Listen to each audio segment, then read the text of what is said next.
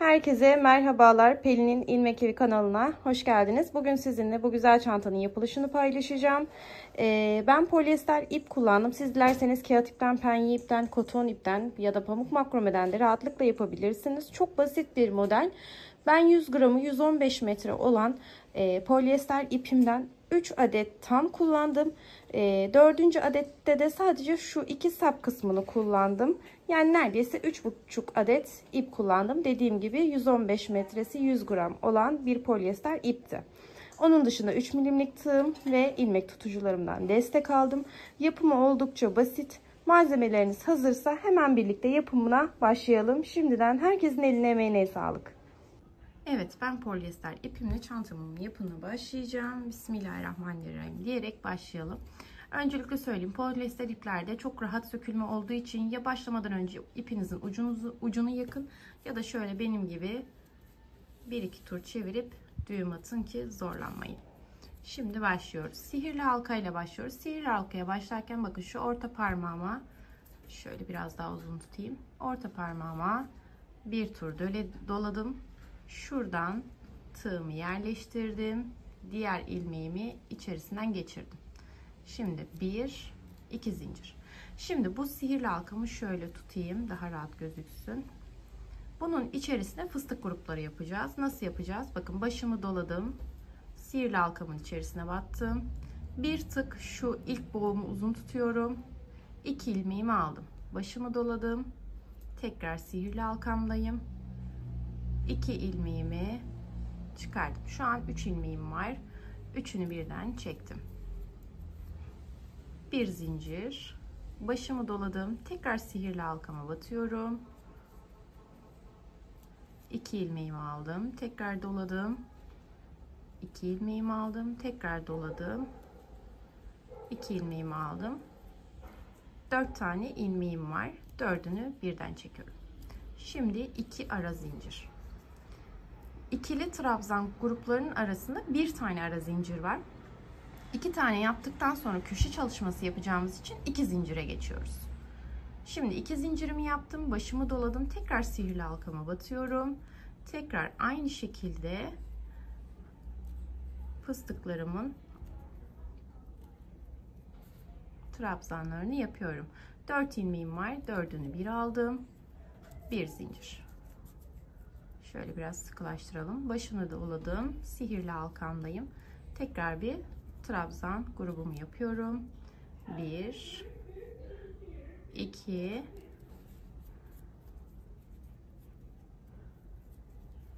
ve 3. Gördüğünüz gibi 4 ilmeğim var. 4'ünü birden çekiyorum.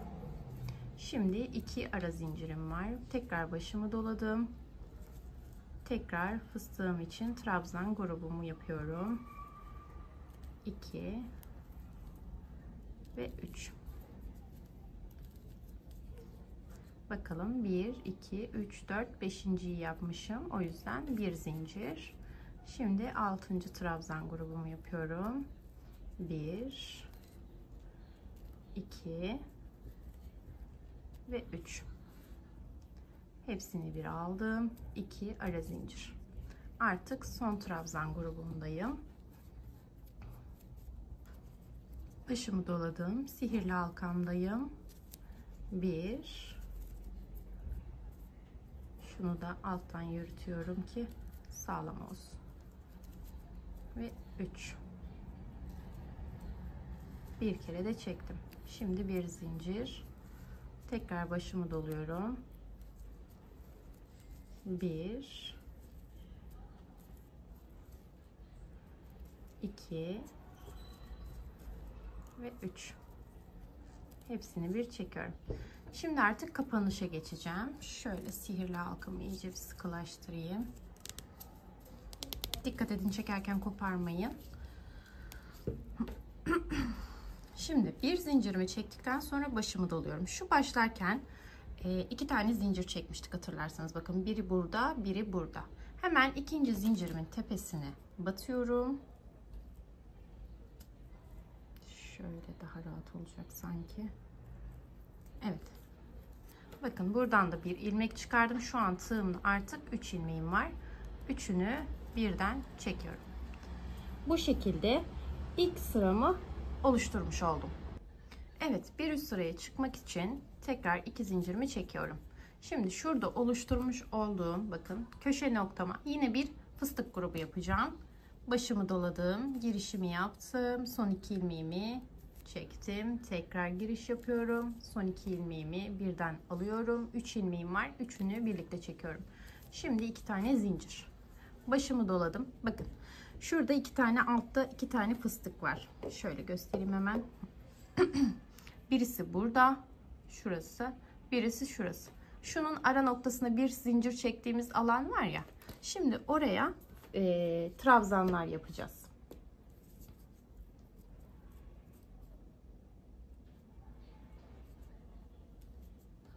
Şöyle biraz genişleteyim, beklettim, kusura bakmayın. Hemen şu orta noktasına 3 adet ikili trabzan yapıyorum. Şu an birinciyi yaptım. 2 ve 3. Şimdi 2 zincirimi çekiyorum. Başımı doladım. Bir sonraki köşe noktama geldim. Şimdi o köşe noktama batacağım ve fıstık grubumu oluşturacağım. Şöyle bir kere çektim. Tekrar aynı noktaya son 2 ilmeğimi aldım. Tekrar aynı noktaya son 2 ilmeğimi aldım. Şu an 4 ilmeğim var. Bir kere de çektim. 1, 2 ara zincir, baş dola, aynı köşe noktasına tekrar bir trabzan grubu yapıyorum.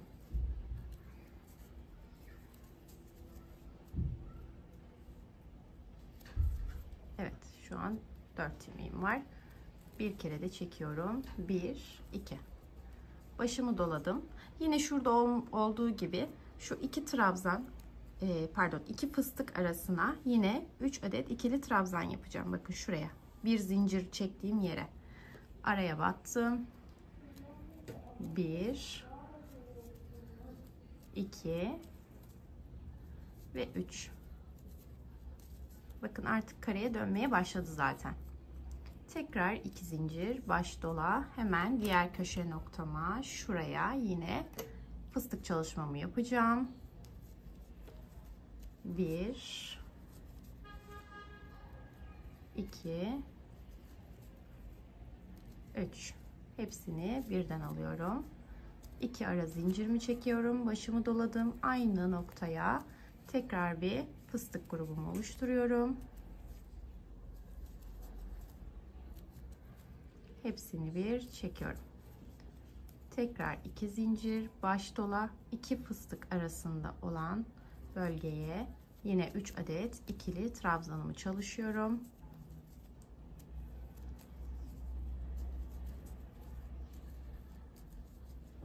Tekrar 2 zincir, baş dola, son köşe noktamdayım. Buraya yine 2 adet fıstık grubunu oluşturacağım. Pardon. Hızlı yapınca kafa karıştı. Baş doladım. Köşe noktama giriş yaptım. 1, 2 ve 3. Hepsini birden çektim. 2 zincir. Tekrar fıstık grubum.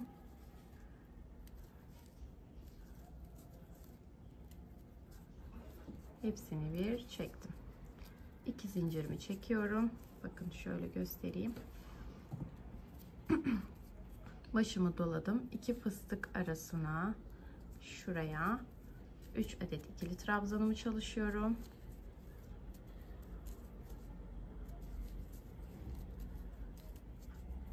İki adet zincirimi çekiyorum. Başımı doluyorum. Şimdi şu ilk oluşturduğumuz köşe noktasında tahmin edersiniz siz de, bir adet fıstık çalıştık. Şimdi burada ikinci fıstığı çalışıp kapatacağız. Başımı doladım. Köşe noktama battım. Hemen fıstık grubumu oluşturuyorum. Bir kere de çekiyorum. Bir zincir, baş dola. Başlarken çekmiş olduğum 2 zincirin tepesine batıyorum. 3 ilmeğim var. Hepsini birden çekiyorum. Tekrar 2 zincir. Baş dola, oluşturduğum bu köşe noktasına yine fıstık grubu çalışacağız. Alttaki sırada olduğu gibi bir adet. 1, 2 adet zincir çekmiştim. O yüzden 3 ayaktan sayıyorum bunu. Hepsini bir topladım. Şimdi 2 zincirim var. Hemen şu ara noktasına bakın. Şurada 3 adet trabzan oluşturduk gördüğünüz gibi. Şimdi aralarda da 2 zincir çektiğimiz için 2 tane alanım oldu. Şimdi ben o alanları dolduracağım. Başımı doladım.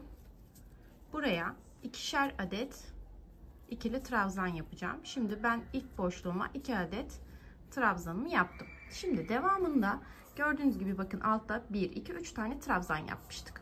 Şimdi bu trabzanlarını şöyle çekeyim. Bütün tepelerine birer adet, yani aşağıda 3 adet var ya, yukarıya da 3 adet olmuş olacak. İkili trabzan çalışacağız. Başımı doladım. Hemen ilkinin tepesini çalışıyorum. Yanındakine, bir sonrakine. Şimdi ikinci ara boşluğuma geldim. Oraya da yine aynı yere 2 adet ikili trabzan çalışacağım. Bakın, trabzanlarım artmış oldu. Şimdi 2 zincir. Artık köşe noktamdayım. Bakın şuralar köşeler. Şu 2 tanesi de ara zincir. Şuralar köşeler. Başımı doladım. Şimdi buraya fıstık grubumu çalışacağım. Artık fıstıkları yaparken detaylı göstermeyeceğim. Altta anladığınızı düşünüyorum. Hızlı hızlı geçeceğim. Sizi de sıkmamak adına 2 ara zincirimi çektim aynı noktaya. Tekrar ikinci fıstık grubumu oluşturuyorum. Tekrar 2 zincir. Bakın ikinci fıstık grubumu oluşturmuş oldum. Başımı doladım. Ara noktaya geldim. Buraya aynı noktaya 2 adet ikili trabzanımı yapıyorum. Başımı doladım. Şimdi şurada altta yapmış olduğum 3 adet trabzanın tepesine yine ikili trabzan çalışıyorum. İkinci ara noktama geldim. Aynı noktaya 2 adet trabzan yapıyorum. Bitirdim. 2 zincir. Hemen fıstık bölgeme geldim. Köşe çalışmamı yapıyorum.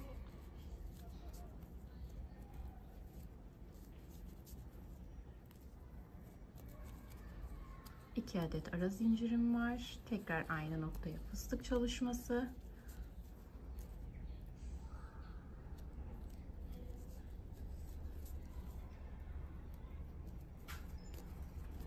İki zincirimi çekiyorum. Başımı doladım. Ara noktaya geldim.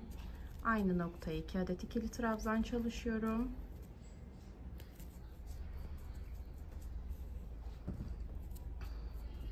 Şimdi trabzanlarımın tepesine ikili trabzanlarımı yerleştiriyorum.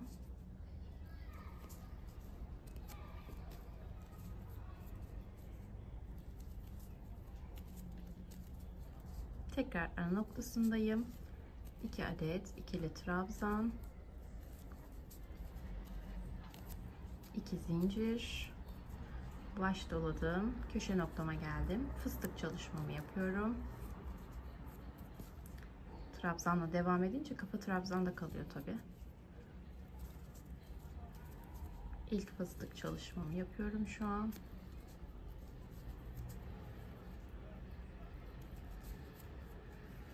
Hepsini bir çektim. 2 ara zincir, baş dola, aynı noktaya tekrar fıstık çalışması.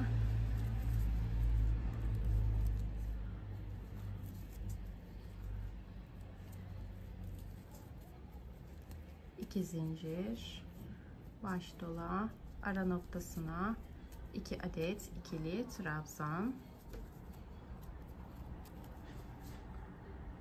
Trabzan tepelerime bakın, ben atladım. Direkt ikinci trabzandan başladım. İlkini atladım. Siz bu hataya düşmeyin. Gözünüzden kaçmasın. Çok dikkatli olun. Sonra çantanız istediğiniz gibi küp şeklinde durmaz.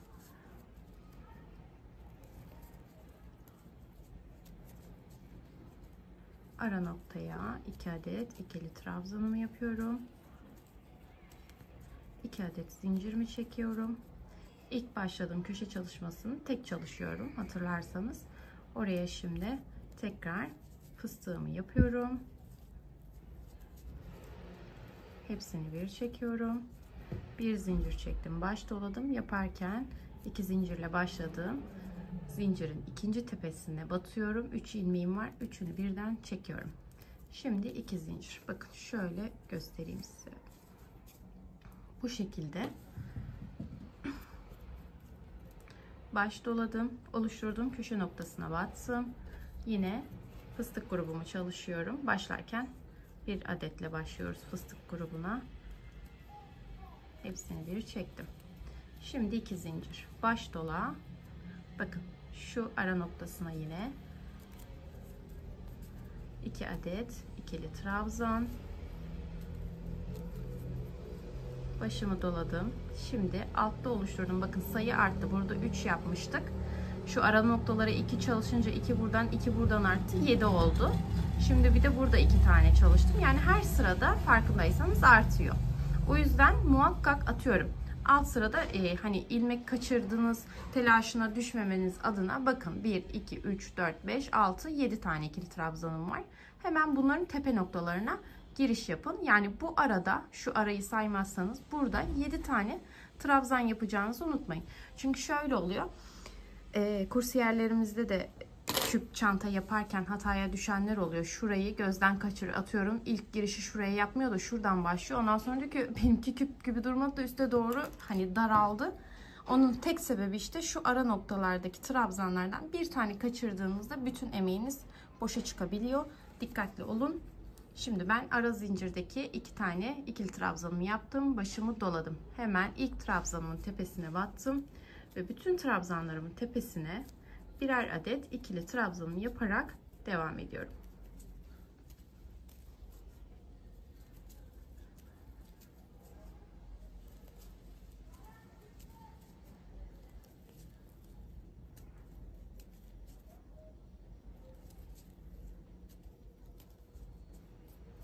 Hatta şöyle ben bile sayacağım şimdi. Bakın 2 tanesini zaten ara noktaya yaptım.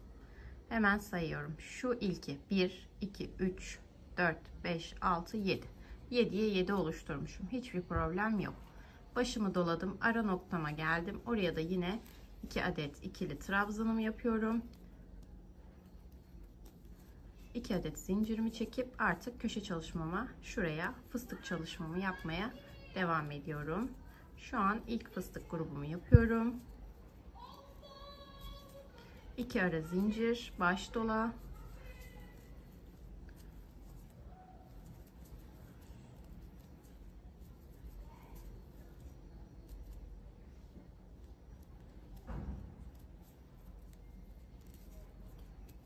İki tane zincir çekiyorum. Başımı doladım. Ara noktaya bakın. 2 adet ikili trabzan.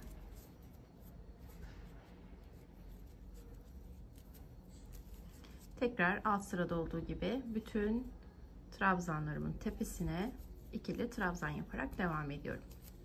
Mantık aslında bu kadar. Aslında üst sıraları göstermeme gerek yok. Devamını göstermeme gerek olmadığını da düşünüyorum. Bu sırayı bitireyim. Bundan sonraki sıraları siz kendiniz yapabilirsiniz. Çünkü dediğim gibi mantık aynı. Köşe çalışması yapacaksınız. Aralarda her araya ikili trabzanı yaptıktan sonra bütün trabzanların tepesine birer trabzan yapacaksınız. Sonra tekrar fıstık çalışması. Bu şekilde sıranızı arttıracaksınız. Mantık bu şekilde aslında. Bütün sıraları gösterip sizde sıkmak istemiyorum açıkçası. Yine kafanızın karıştığı bir nokta olursa yorumlarda da sorabilirsiniz. Elimden geldiği kadarıyla destek olmaya çalışıyorum. Şu an köşe çalışmamı yapıyorum.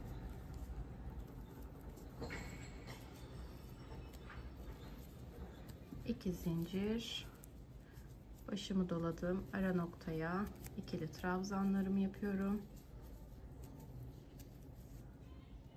Hemen ilk trabzanımın tepesine de bütün ilmeklerime ikili trabzanlarımı yerleştiriyorum bu sırada yine. Bu çantanın yapımı oldukça basit. Hiç örgü bilmeyenlerin bile rahatlıkla yapabileceği bir çanta. Kesinlikle. Özellikle kağıt iple çok muntazam ve çok güzel duruyor. Şu yeni çıkmış galiba. Ben yeni keşfettim daha doğrusu. Yeni mi çıktı onu da bilmiyorum. Yumuşak rafya ipi mi, kağıt ipi mi ne diye geçiyor. Hani kolay, örmesi kolay diye. Onunla da çok güzel duruyor. Onunla da bir arkadaşımız yaptı. Onu da gördüm. Onu da çok beğendim. Onu da deneyebilirsiniz. Normal kağıt ip de deneyebilirsiniz. Normal kağıt ip örmekte zorlanıyorsanız şu çocuklarımızın saç taramada kullandığımız saç spreyi var ya, kimisi onu sıktıktan sonra örüyor.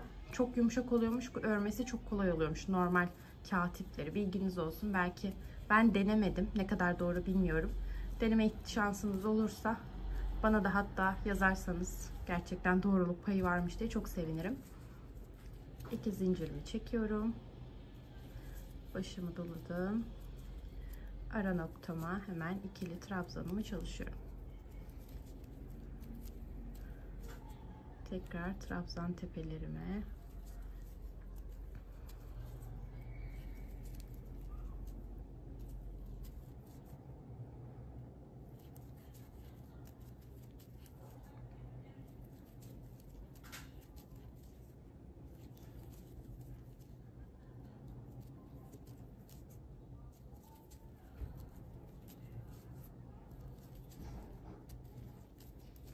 Ara noktaya 2 adet trabzanımı çalışıyorum.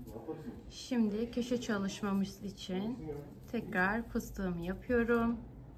1 2 3 bir kere de çektim.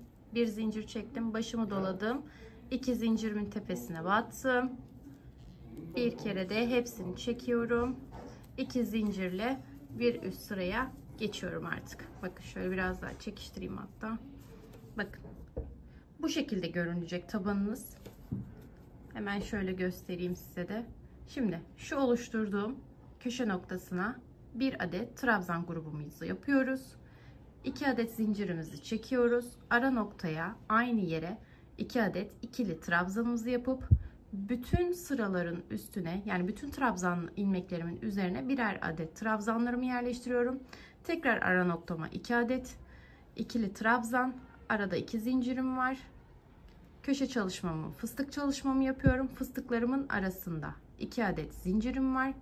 Fıstık çalışmam bittikten sonra 2 zincir, ara noktaya 2 adet ikili trabzan ve her trabzanımın tepesine bir adet trabzan yerleştiriyorum. Yani bir alt sıradaki işlemin aynısını 10 sıra boyunca yapacaksınız. Ben 10 sıra ilerleteceğim. Şu an biz kaçıncı sıradayız? 1, 2, 3. 7 sıra daha bu şekilde ilerleteceğiz. Umarım açıklayıcı anlatabilmişimdir. Umarım rahatlıkla yapabilirsiniz. Şimdi ben 10 sıramı bitireyim. Ondan sonra artık gövde kısmı için buluşacağız. Anlamadığınız ya da çelişkiye düştüğünüz bir yer olursa yorumlarda belirtirseniz çok sevinirim. 10 sırayı bitirelim, görüşelim. Evet, ben şimdi 10 sırayı tamamladım. 10 sırayı tamamladıktan sonra bakın şu 4 ortaya plastik tutucularımla işaret bıraktım. Bunu nasıl yapıyorsunuz? Hemen şöyle göstereyim iğnemlerde. Evet. Şimdi şu köşedeki fıstıklarım, bunları saymıyorum. Bu ara boşluğunu saymıyorum. Şurada ilk bu birinci trabzanımı baz alarak başlıyorum. 1, 2, 3, 4, 5, 20'ye kadar sayıyorum. 20. trabzanımın tepesine, yani tam orta noktasına ilmek tutucumu takıyorum. Yani bu 20. olduğu için şu sağda 19 adet trabzanım oluyor. Solda 19 adet trabzanım kalmış oluyor. 4 kenara da aynı şekilde 20. trabzanın tepesine ilmek tutucularımı taktım. Şimdi artık kesme işlemine başlayacağız. Hemen onu nasıl yapıyorum? Bir üst sıraya çıkarken 2 zincirimi çekiyordum. İlk ikili fıstık grubumun bir tanesini hemen yerleştireyim.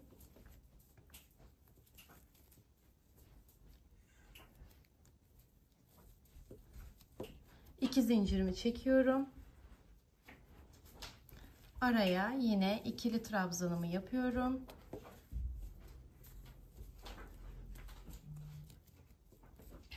Hemen bir sonraki trabzanımın tepesine bu ilmek tutucuma gelene kadar bütün trabzanlarımı dolduruyorum. Evet, Şimdi sıramın sonuna kadar geldim. İlmek tutucumlu burada gördüğünüz gibi, bir önceki ilmeğim boşta. Şimdi başımı doluyorum. Bakın, son ilmeğimi işlem yapmadım. Bunu birden sayıyorum. İlmek tutucumun olduğu ilmeği ikinci ilmeğim. Hemen bir sonraki üçüncü ilmeğim. Sonrasındaki dördüncü ilmeğim. Dördüncü ilmeğime batıyorum. Ve buraya bir adet ikili trabzanımı yaparak ilk kesme işlemini yapmış oluyorum. Bunu artık çıkarabilirim. Şimdi yine sıramın sonuna kadar bütün ilmeklerimin tepesine ikili trabzanlarımı yerleştiriyorum.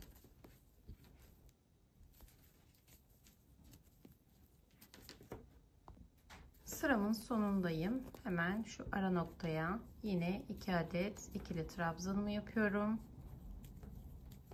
2 zincirimi çekip köşedeki fıstık çalışmamı yapıyorum.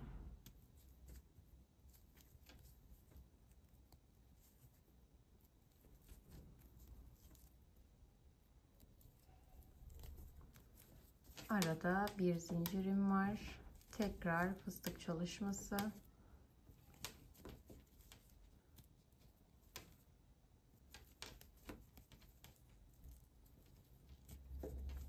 İki zincirimi çekiyorum.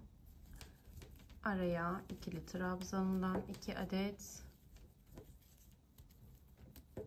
ve sonra sırasıyla tüm ilmeklerimin tepesine ilmek tutucuma gelene kadar, daha doğrusu ilmek tutucumdan bir önceki ilmeğime gelene kadar tüm ilmeklerimin tepesine ikili trabzanımı yerleştiriyorum. Bakın, köşemiz bu şekilde. Tekrar kesme işlemini göstereceğim. Başımı doladım. Bakın, ilmek tutucumdan bir önceki ilmeğim boş. Bunu birden sayıyorum. İlmek tutucumun olduğu ilmek ikinci. Hemen solundaki üçüncüye değil, dördüncü ilmeğime bir adet ikili trabzanımı yerleştiriyorum. Hemen tutucumu çıkarıyorum. Burada da bir kesme işlemini yapmış oldum. Şu şekilde bakın. Şimdi sırasıyla tüm ilmeklerimin tepesine ikili trabzanımı yapmaya devam ediyorum. Buradan sonraki iki kenarı göstermeyeceğim. Buralarda yaptığımız işlemlerin aynısını diğer iki kenarda da yapacağız. Bir sonraki sıraya çıktığımızda bir sonraki işlemleri göstereceğim. Evet, ben bir üst sıramı yaptım. Daha doğrusu bir üst sırama geçtim. Bir üst sıraya çıkarken ne yapıyorduk? 2 zincir, 1 adet fıstık, 2 zincir, araya 2 adet sık iğne ve trabzanlarımı dolduruyordum. Şimdi size bu sırada nasıl kesme işlemi yapacaksınız onu göstereceğim. Şimdi bakın, şurası orta noktam. Şöyle netleştireyim. Bakın, şu ara var ya, şuraya koyayım iğnemi. Şu sol tarafa ait olan ilmek, şu sağ tarafa ait olan ilmek. Sağ tarafta 3 ilmeğiniz kalacak. 1, 2, 3. Gördüğünüz gibi. Hemen iğnemi burada tutuyorum, yine kafanız karışmasın diye. Başını doladım. Bakın, şurada son 3 ilmeğim var. Başımı doladım. Hemen ilk ilmeğime batıyorum. 3 ilmeğim var. İkisini birden çekiyorum. İkili trabzan yapmıyorum çünkü kesme işlemi yapacağım. Tekrar başımı doladım. Yanındaki ilmeğe batıyorum. 4 ilmeğim var. İkisini bir aldım. Tığımda 3 ilmeğim var. Üçünü birden alıyorum. Kesme işlemini yapmış oldum. Bakın, sağda bir adet ilmeğim kalmış oldu. Şimdi solda da yine bir adet ilmeğim kalacak. Başımı doladım. Yani şu nasıl söylesem, şu kutunun 2 ilmeği varmış gibi düşünün. Sağdaki ve soldakini es geçeceğiz. Bakın, şimdi ben şu sağdakileri 2 tane, yanındaki 2 tane ilmeği kestiğim için sağdaki ilmeğim bitmiş oldu. Şimdi solundaki ilmeği keseceğim. Yine bu soldakine hiçbir işlem yapmayacağım. Başımı doladım. Hemen bir yandakine battım. 3 ilmeğim var. İkisini çektim. Başımı doladım. Bir yanına kaydım. 4 ilmeğim var. İkisini çektim ve üçünü birden aldım. Tekrar bakın, şöyle bir oyuntu olmuş oldu. Kesme işlemini yapmış oldum. Bundan sonra yine sıramın sonuna kadar, yani bu trabzan sıralarını dolduracağım. Köşe çalışmasını yapacağım. tekrar bir trabzan çalışmamız var biliyorsunuz. Tekrar kesme noktasına geleyim. Kesme noktasına tekrar göstereyim. Bir diğer kenarıma kadar geldim. Şimdi tekrar göstereceğim. Bakın. Şu alt sırada elde etmiş olduğumuz, kesmede elde etmiş olduğumuz kutucuk. Şimdi bunun solunda bir ilmek var. Sağında bir ilmek var. Orta noktası şu çizgi yani. Sağındaki ve solundaki ilmeklere herhangi bir işlem yapmıyorum. Şuradan göstereyim başka bir şeyle. Bir ve ikinci ilmeği sağdakine hiçbir işlem yapmıyorum. Yanındaki bir ve ikinci ilmeğime işlem yapıyorum. Başımı doladım. 3 ilmeğim var. İkisini aldım. Başımı doladım. Bir yandaki ilmeğe battım. İkisini aldım. 3 ilmeğim var. Üçünü birden çektim. Bakın sağdaki ilmeğe herhangi bir işlem yapmadım. Şimdi iğnemi soldakine takıyorum. Başımı doladım. Yine taktığım ilmeğe herhangi bir işlem yapmıyorum. Buraya batıyorum. Pardon. Hemen şöyle takayım kafanız karışmasın. Buna herhangi bir işlem yapmıyorum. Başımı doladım. Yani şuna bir işlem yapmıyorum. İğne düşüp duruyor.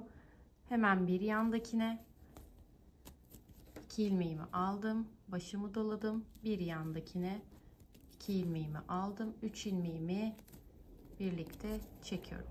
Bakın. Diğer ikinci kesme işlemimi, yani ikinci kenardaki kesme işlemimi yapmış oldum. Tekrar trabzan sıralarıma devam ediyorum.